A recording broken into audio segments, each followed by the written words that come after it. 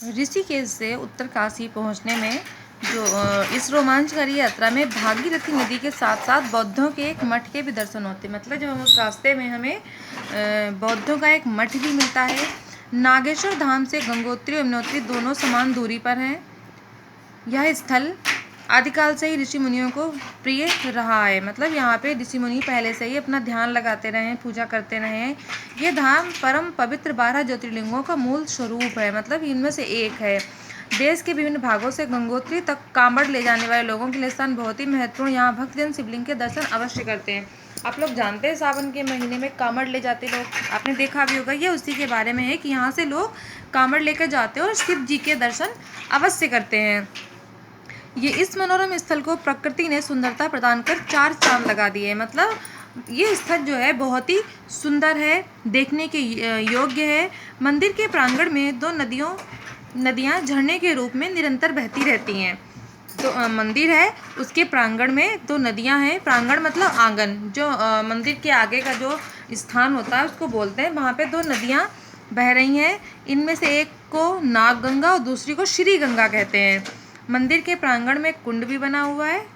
प्रांगण मतलब आंगन, कुंड मतलब जहाँ बहुत सारा गहरा हो और पानी भरा हो, उसे परशुराम कुंड कहते हैं।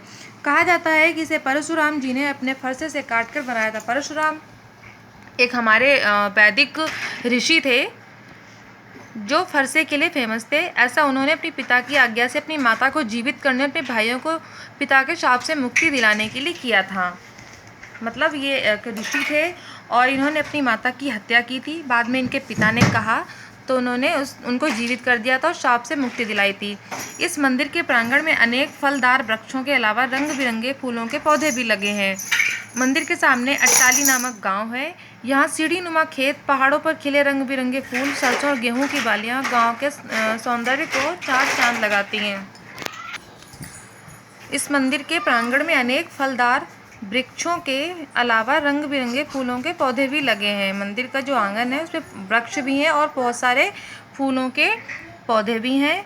उसी के सामने अट्टाली नामक गांव है। उस गांव में सीढ़ी नुमा खेत, पहाड़ों पर खिले रंग बिरंगे फूल, सरसों और गेहूं की बालियां गांव के सौंदर्य को 4 चांद। मतलब जो अट्टाली गांव है उसमें सीढ़ी नुमा खेत है। सीढ़ी आपने देखी, ऊपर से नीचे को बढ़ते जाते हैं। ऐसे ही खेत भी होते हैं, नीचे से ऊपर को बढ़ते हुए। पहाड़ों पर खिले और वहाँ पे रंग बिरंगे फूल, आपको पता है पहाड़ों पे होते हैं। सरसों और गेहूं की बालियां गांव के सौंदर्य को 4 चांद लगाती। मतलब ये सब देख के उनका जो दृश्य होता है बहुत ही मनोहर होता है। यहाँ से 3 किलोमीटर की चढ़ाई के बाद पर्यटक रेणुका मंदिर पहुँचते हैं। यहीं से जो पर्यटक होते हैं वो रेणुका मंदिर पहुँचते हैं। यहाँ शिव भक्ति का विशाल त्रिशूल दर्शनीय है। उस रेणुका मंदिर में जो सबसे फेमस चीज़ है वो है त्रिशूल। यहीं से 25 किलोमीटर दूर धनेश्वर महादेव है और 15 किलोमीटर दूर महाकालेश्वर महादेव।